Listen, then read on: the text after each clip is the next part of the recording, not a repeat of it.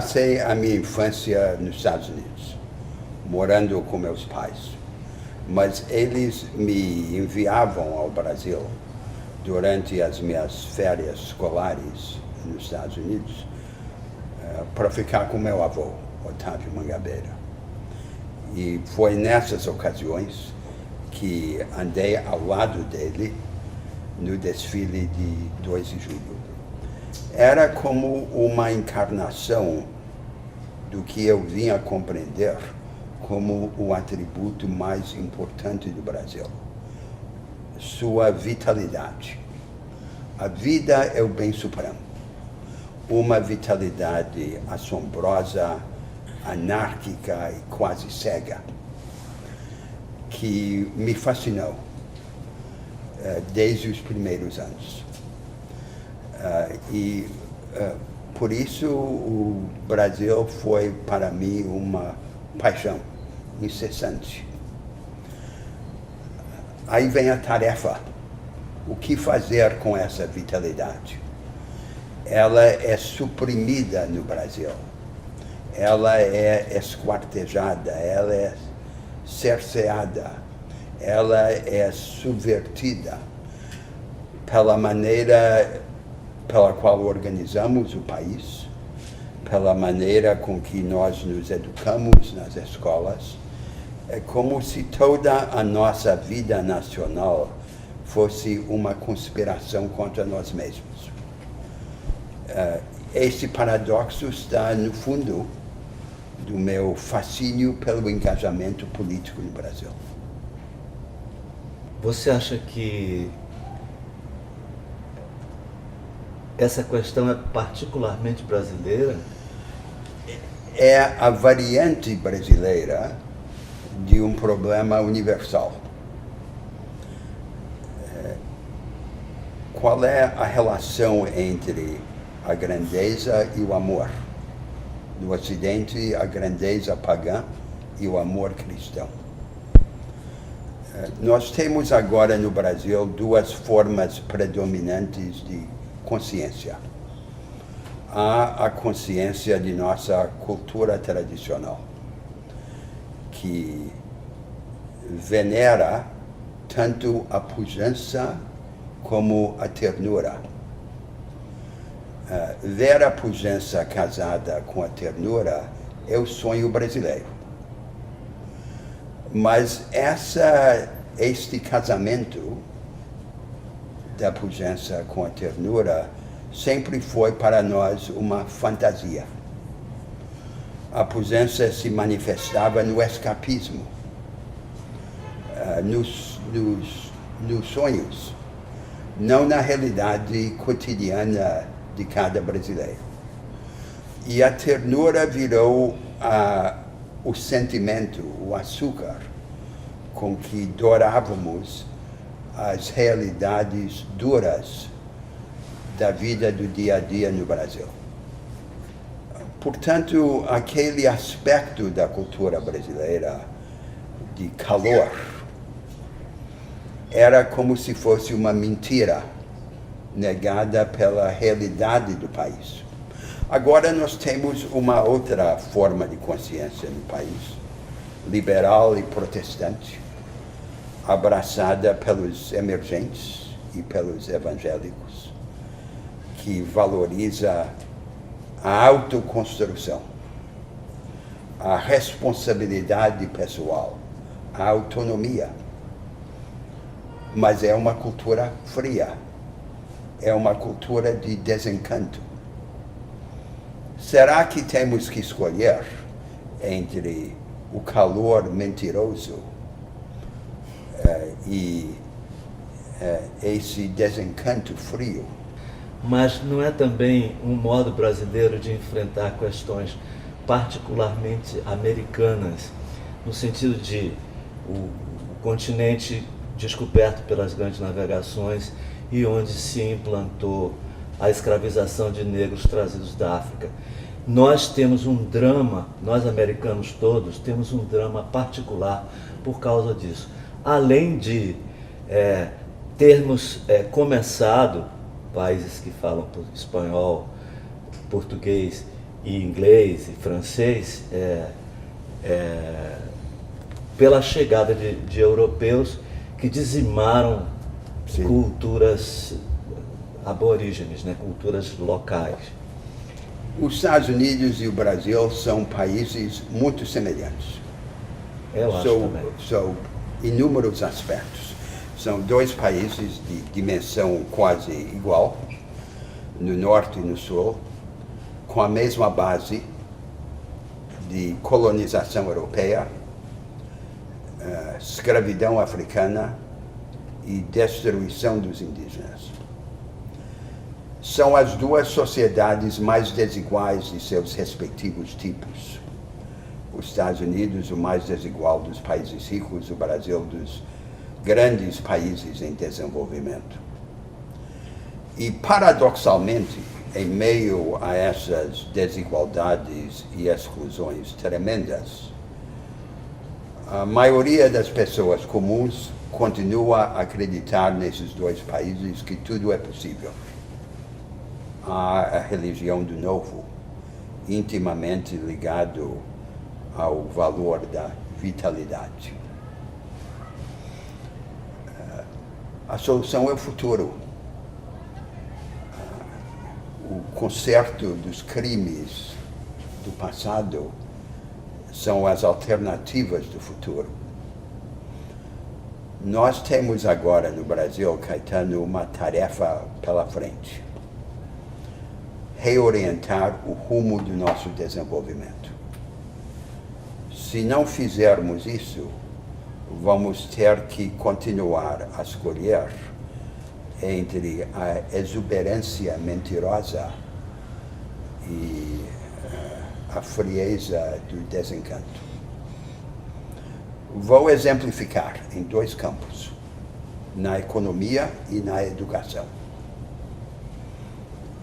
Na economia, nós estamos vindo de um período em que o desenvolvimento do país teve duas bases: a democratização do consumo, possibilitada por um aumento da renda popular, e a produção e exportação de commodities, de produtos naturais pouco transformados. A agricultura, a pecuária e a mineração pagaram a conta do consumo urbano. Vivemos uma espécie de nacional consumismo. Isto acabou. Quando, como sempre acontece, o ciclo da riqueza fácil terminou. Agora nós temos uma grande oportunidade produzida pela crise desse modelo de desenvolvimento. Organizar um rumo que se volte para a democratização da economia do lado da produção, da oferta, das capacitações.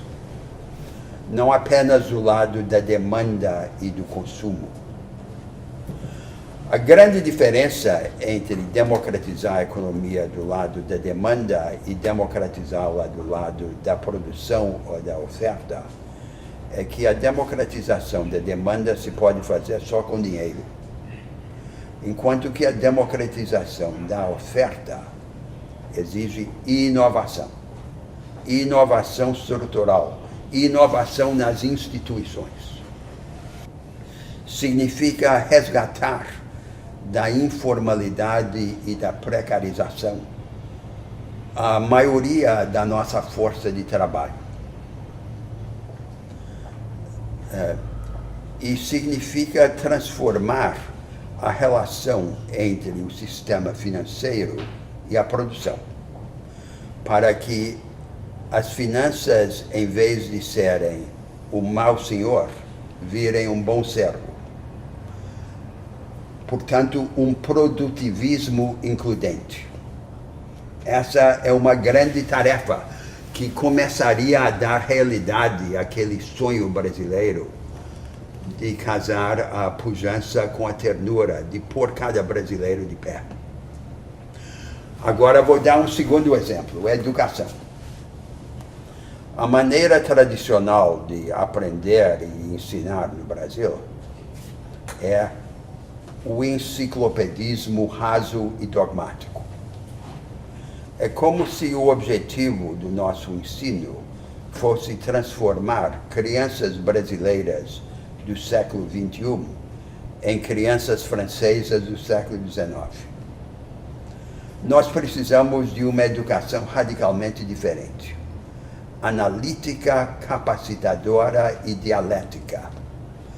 Uma educação que apresente cada disciplina de pelo menos 2 pontos de vista contrastantes. O objetivo não é decorar a enciclopédia. O objetivo é adquirir as capacitações de análise e de síntese e libertar a mente. Como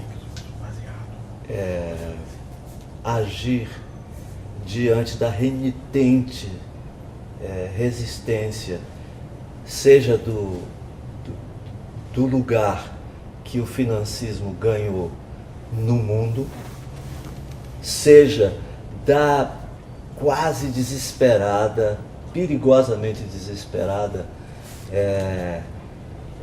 ação das elites brasileiras pequenas, entendeu? De manter uma situação em que a desigualdade esmagadora da maioria tem sido condição para a permanência dessas elites, entendeu?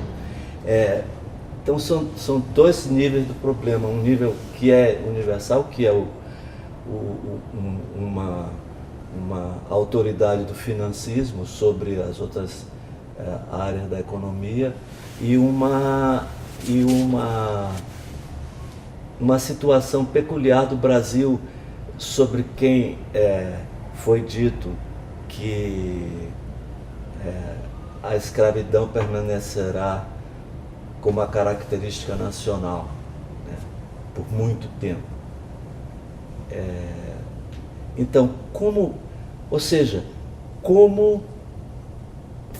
poder agir no sentido em que você falou, se as resistências são tão grandes?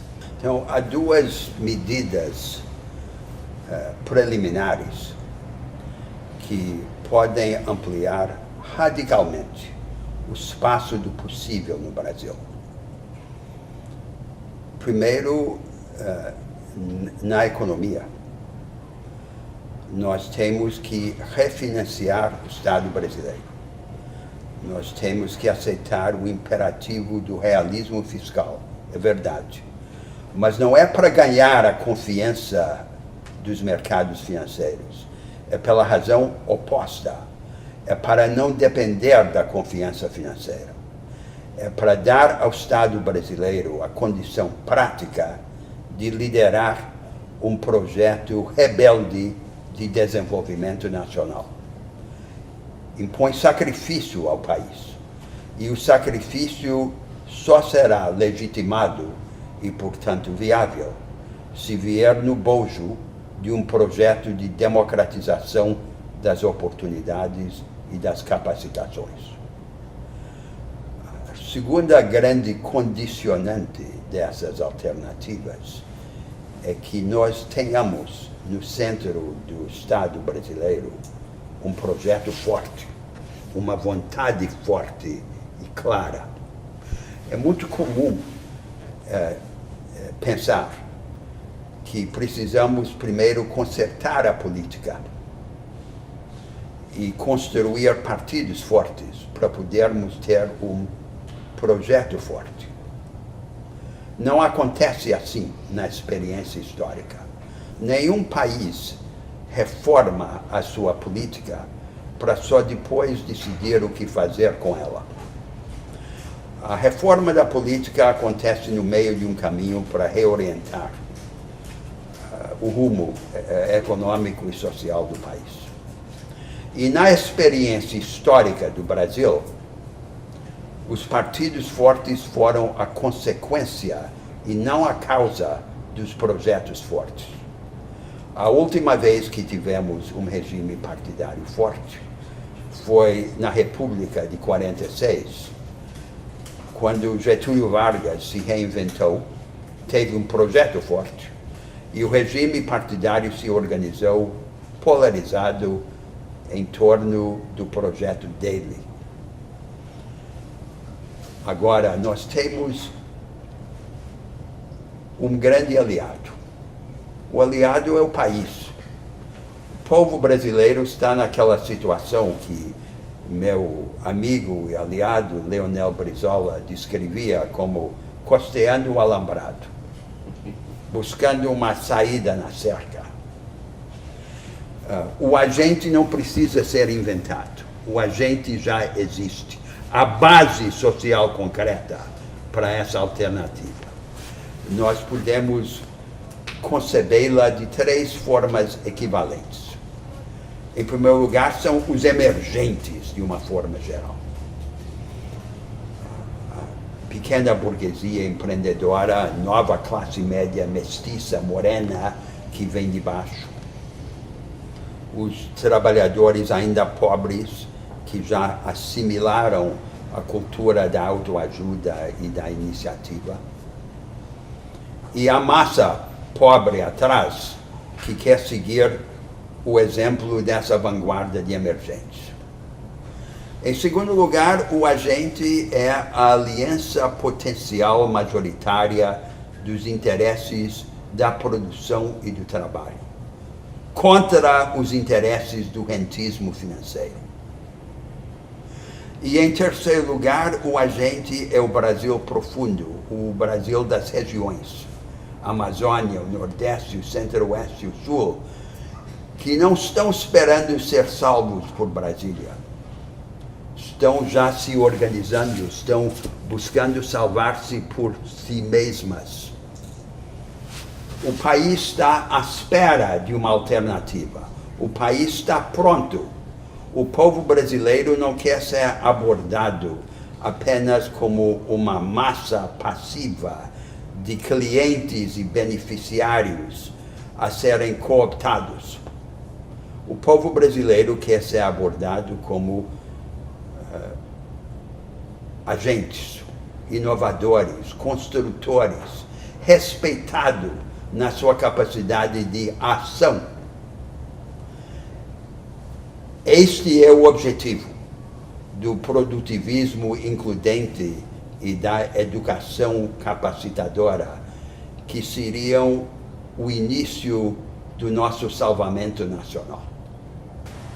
Há 2 faces, há 2 lados do povo brasileiro e de cada um de nós. Uma face é a face da passividade, da desesperança e do fatalismo. A outra face é a face da disponibilidade e da esperança. A esperança não é a causa da ação. A esperança é a consequência da ação. A maneira de ganhar esperança é agir. Eu andei o Brasil todo quando participei do governo. Todos os estados, o interior dos todos os estados e o interior do interior. E conversei com gente de todas as classes. E eu sei, é uma descoberta, não é uma mera especulação, que o povo brasileiro está sedento de encontrar uma alternativa e disponível. Olha que eu não sou o mensageiro adequado. Falo com sotaque de estrangeiro, sou desajeitado, sinto que sou um homem sem charme num país de charmosos. E em todo lugar fui recebido de braços abertos e encontrei essa disponibilidade. Não se encontrará em todo o mundo, agora, um país grande tão disponível quanto o Brasil é agora para a construção de um outro caminho. Nós temos que providenciar o conteúdo. por um ideário a respeito da alternativa e por um projeto de poder. Nós temos uma grande oportunidade agora na sucessão presidencial de 2018. Eu tenho lado nessa sucessão. Eu apoio um candidato, Ciro Gomes, mas cada um deve se posicionar e buscar o melhor caminho. Há duas tarefas ligadas, porém distintas. Uma é clareza a respeito do rumo.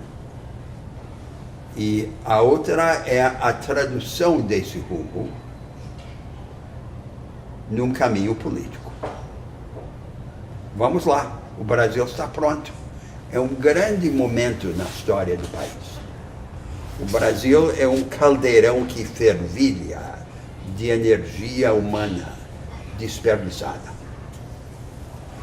E nós temos agora um momento mágico na história brasileira de inflexão.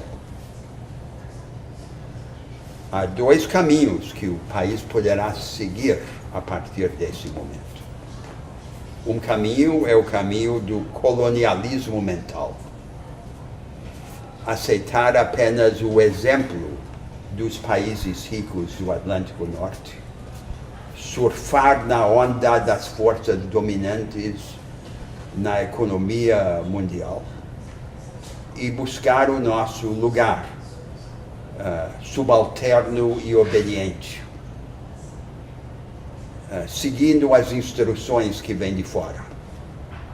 O outro caminho é o caminho da rebeldia, da afirmação da identidade nacional e da tradução dessa identidade numa alternativa institucional. Nós agora temos uma escolha a fazer entre esses caminhos. E essa escolha se coloca em todos os planos. No plano concreto da política, inclusive na sucessão presidencial do ano vindouro, no plano da dialética das propostas programáticas e no plano da cultura, que foi o início da nossa conversa.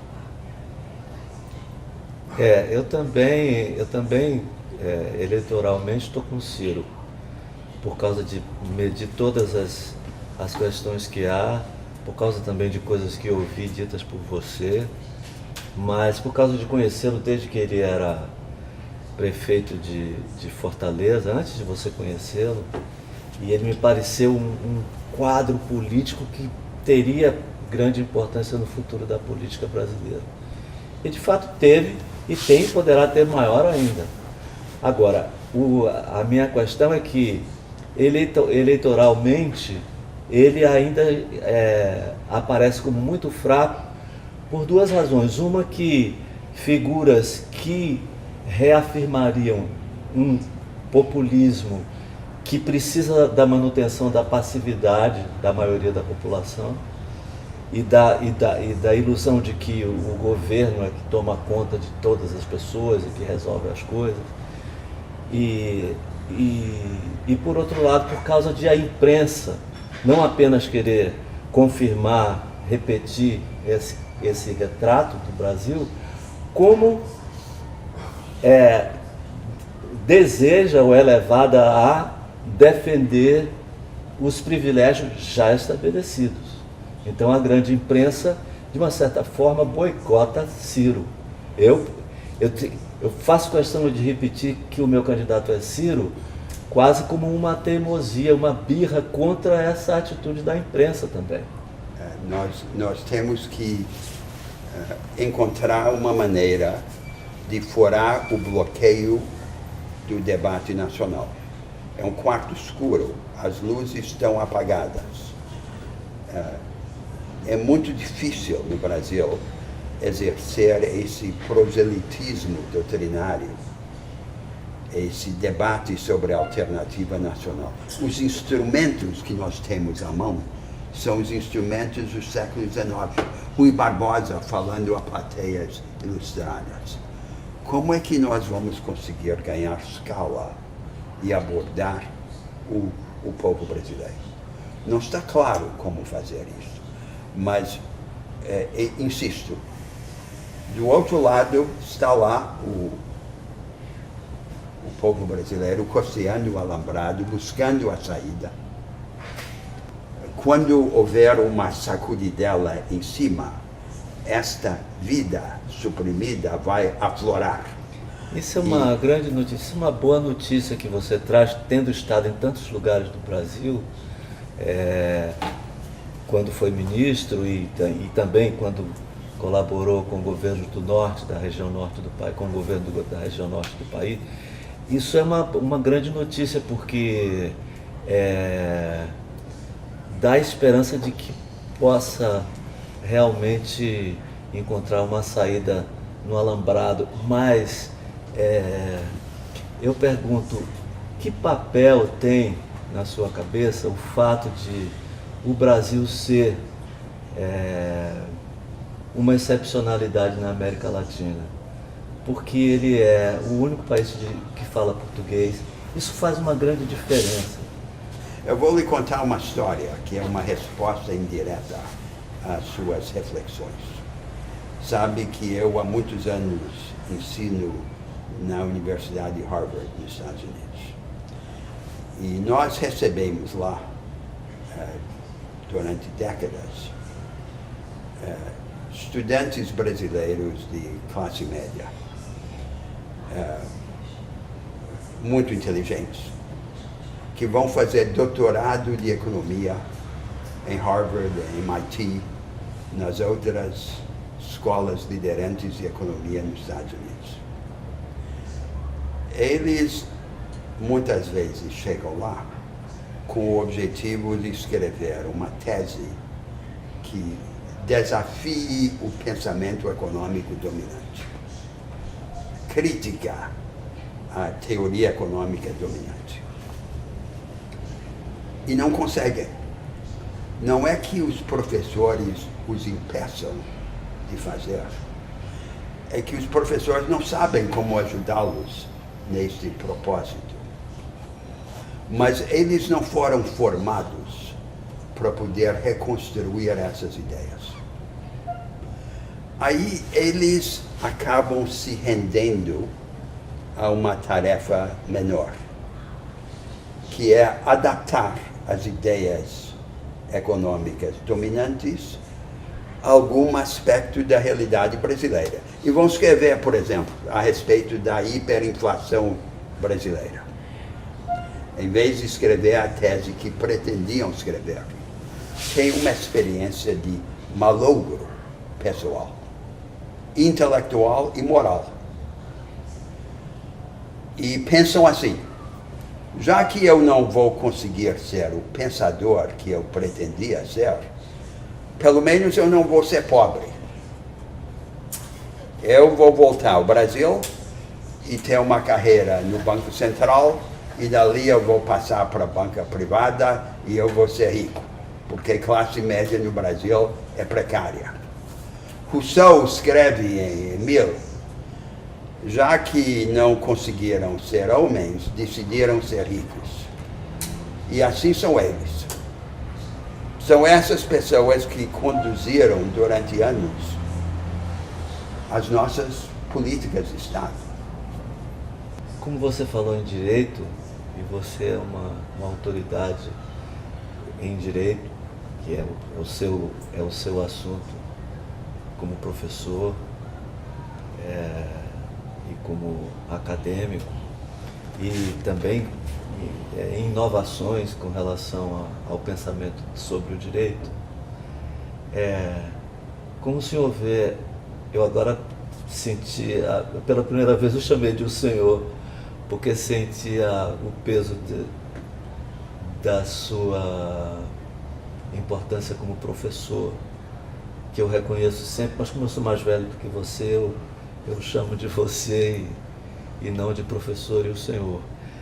Mas, nesse caso, eu perguntaria mesmo ao professor, como vê essa questão que agora é tomada aqui no Brasil como um problema de judicialização da política combinada com politização da justiça. Os juízes não podem salvar a maioria de seus erros políticos. O judiciário tem uma tarefa importante, mas inteiramente subordinada. Não tenhamos a ilusão de supor que os problemas do nosso país podem ser resolvidos por um mero impulso moralizante. Nós temos que tirar a política da sombra corruptora do dinheiro, mas é apenas um movimento inicial. Não substitui a construção de uma alternativa de desenvolvimento. A tarefa mais importante do pensamento jurídico não é policiar a política. A tarefa mais importante do pensamento jurídico é construir o repertório de alternativas institucionais concretas. O direito é a forma institucional da vida de um povo, representada em relação aos interesses e aos ideais que dão sentido àquela forma de vida. Isso é que é o direito. O pensamento ideológico tradicional imagina que há grandes sistemas, como o capitalismo e o socialismo, que há um repertório estreito dessas alternativas sistêmicas. E dentro dessa maneira de pensar, há dois tipos de política. Há uma política reformista, que apenas maneja e humaniza um sistema, ou há uma política revolucionária que substitui um sistema por outro. Só que essa substituição sistêmica é uma fantasia. A verdadeira mudança estrutural não cabe nesse esquema binário de reformismo e revolução. A verdadeira mudança estrutural é fragmentária e pode ter um desfecho radical se persistir. Precisamos das ideias concretas, não de abstrações ideológicas, para orientar essa mudança fragmentária estrutural. Hoje, muitos países no mundo são governados por ex-marxistas.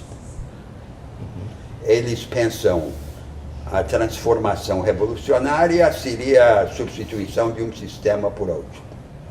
E como isso não é factível, e se fosse factível seria perigoso demais, o que sobra é humanizar a ordem existente.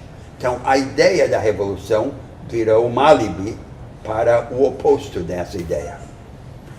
E o papel característico dos progressistas contemporâneos é aparecer no palco da história como os humanizadores do projeto de seus adversários de direita. O mundo e o Brasil não precisam de humanização, precisam de alternativas. A tarefa superior da política não é humanizar a sociedade, é divinizar a humanidade, é nos levar para um plano mais alto de experiência e de capacitação. Para isso, nós precisamos ter as ideias.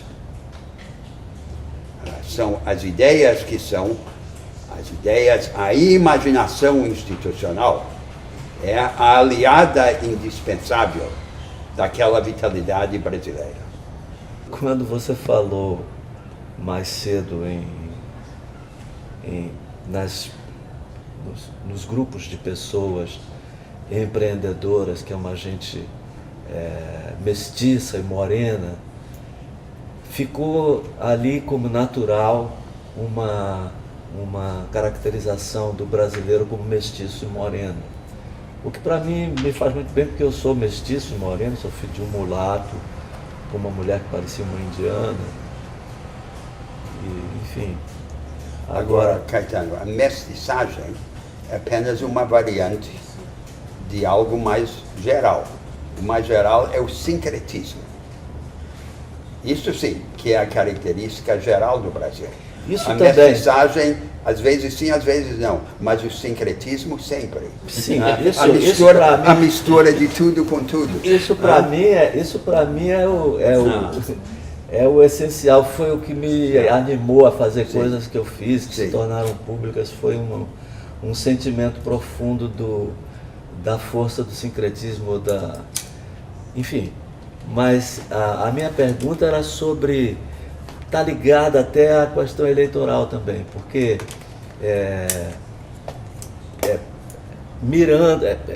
se espelhando na experiência norte-americana, muitos movimentos de grupos no Brasil rejeitariam essa simpatia pela mestiçagem, pela morenidade e até pelo sincretismo.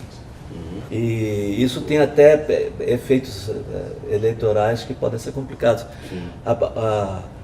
Hoje, eu tenho amigos que em Santo Amaro seriam considerados mulato claro, que havia uma coisa toda de detalhes de consideração de cor, e que hoje alguns, né, que se politizaram, preferem se dizer negros e que desejam fazer uma divisão clara de negros e brancos. O que há, de fato, na sociedade brasileira, como sociedade, nas estatísticas, no número de prisioneiros, na divisão de poderes e nos ambientes de prestígio, né?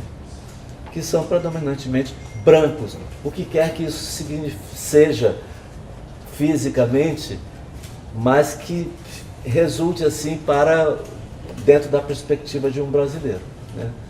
Então, uma luta contra... Eu achei que a discussão sobre política no Brasil, tendo se racializado a partir de muitos exemplos norte-americanos e também sul-africanos, se enriqueceu com isso e ganhou mais força e mais sentido. Porém, há um risco de negação ou de encobrimento da experiência sincrética e mestiça do Brasil. Então, clareza nas ideias, sincretismo nas pessoas. Misturar tudo com tudo. Meus 3 filhos são religiosos, 2 são evangélicos e 1 está ligado ao candomblé. E se dão muito bem, nós nos damos muito bem e falamos sobre essas coisas, conversamos. Eu tenho uma certa intimidade com uma forma de ser do brasileiro dentro da minha própria casa. Sim. E eu tenho muita proximidade com meus filhos, atualmente estou até trabalhando com eles, quer dizer, tocando em conjunto com eles, mas fora isso, sempre tenho muita conversa com todos e eles entre si também, a gente se encontra, conversa.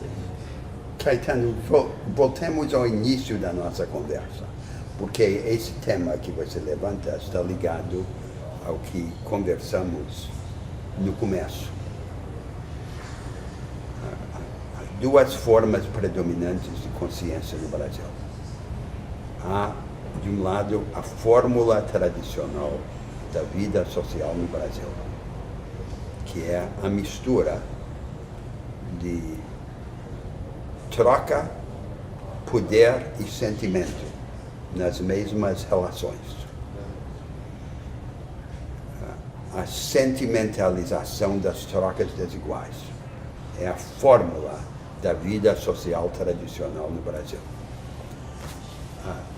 E encobriu esse sincretismo geral na mestiçagem, nas relações de trabalho, em todas as formas de desigualdade na sociedade brasileira.